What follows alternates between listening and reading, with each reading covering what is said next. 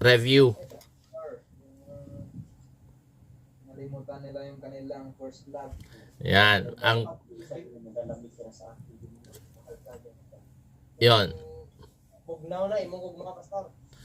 Isa sa namumukod tangi na complaint ng Panginoon sa Church of Smyrna ay yung kanilang first love na nakalimutan. Ngayon naman, the Ephesus, Church of Ephesus.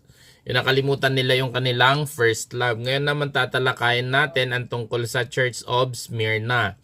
Now, sa historical and geographical background ng Smyrna, ang city of Smyrna was an ancient city in Asia Minor. Ngayon, ang tawag sa kanya ay Izmir or Turkey. No?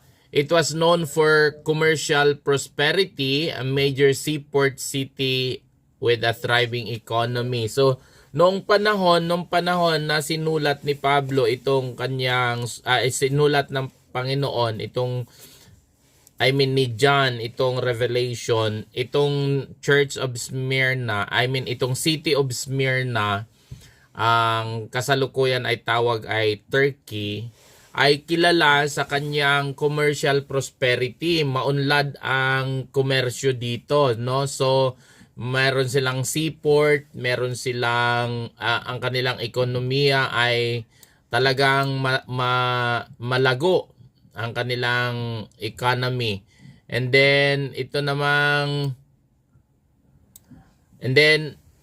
ang kanilang lugar napaka-significant kasi meron silang barko. Nung panahon kasi ay may seaport sila. Nung panahon kasi wala pang eroplano, kaya kapag may seaport or merong pantalan ang isang lugar, ito talaga ay maunlad, no? Kino-consider na maunlad na lungsod dahil yung komersyo ay active doon sa Turkey, no? Sa Smyrna, City of Smyrna. And then cultural significance, ito namang City of Smyrna, it is the home to famous schools of science, medicine, and philosophy. No, maraming mga philosopher ang dito nag-aaral, dito natuto. So famous na sa schools of science, medicine, and philosophy. Also religious devotion to Rome.